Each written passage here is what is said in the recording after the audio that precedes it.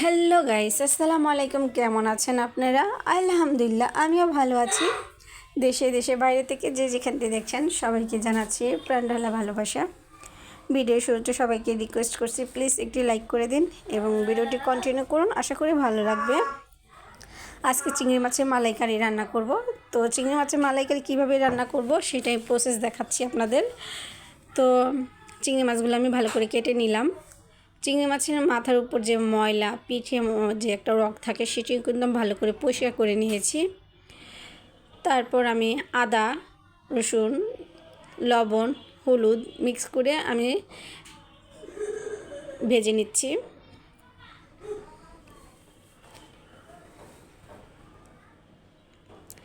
তো কত সুন্দর একটা কালার এসে পড়েছে আর সুন্দর একটা স্মেলও আসছে। তো চিংড়ি মাছের স্মেলটা কিন্তু খুব ভালো লাগে। তো এখন আমি চিংড়ি মাছগুলো নামিয়ে নিয়েছি এবং ওই তেলেই আমি এলাচ দারচিনি দিয়ে দিলাম। এখন আমি পেঁয়াজটা ছেড়ে দিচ্ছি। তো পেঁয়াজটা দিয়ে আমি একটু ভালো করে নেড়ে চেড়ে নিচ্ছি। তো আমার পেঁয়াজটা কিন্তু অলরেডি লাল হয়ে আসছে। এখন আমি একটু পানি দিয়ে দিব।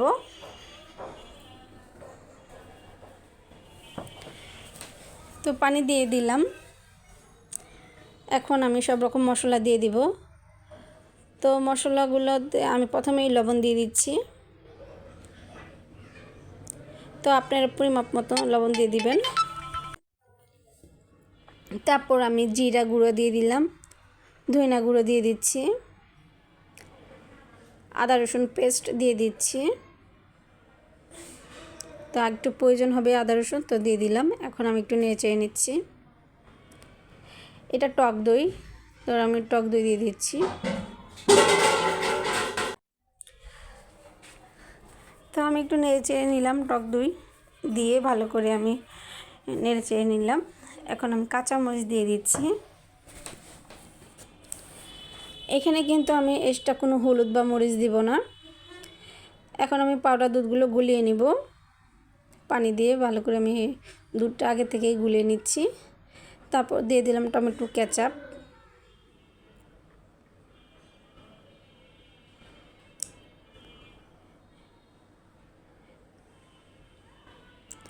তো দেখতেই পাচ্ছেন কত সুন্দর একটা গ্রেভি হয়েছে।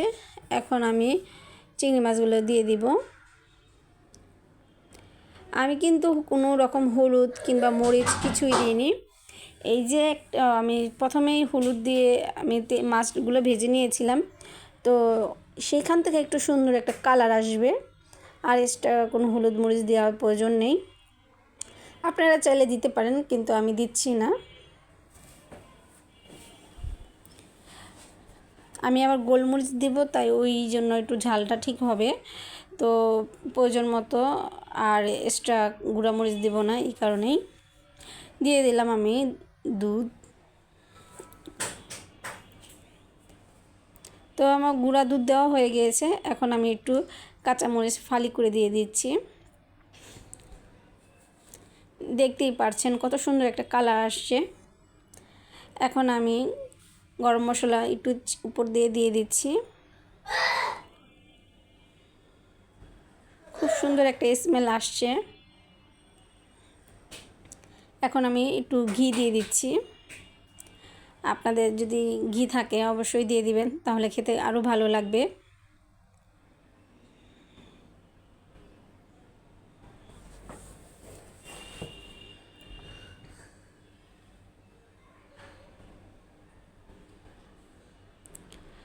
তো দেখতেই পাচ্ছেন কতটা সুন্দর একটা কালার আসছে। তো অলরেডি কিন্তু আমার তরকারি হয়ে গিয়েছে, চিংড়ি মাছের মালাইকারি। আপনারা চাইলে এটা ট্রাই করে দেখতে পারেন। খুবই মজাদার একটি তরকারি, মানে রেসিপি। তো আজকে এতটুকুই। যদি আপনাদের ভালো লেগে থাকে অবশ্যই একটি লাইক করে দিন, এবং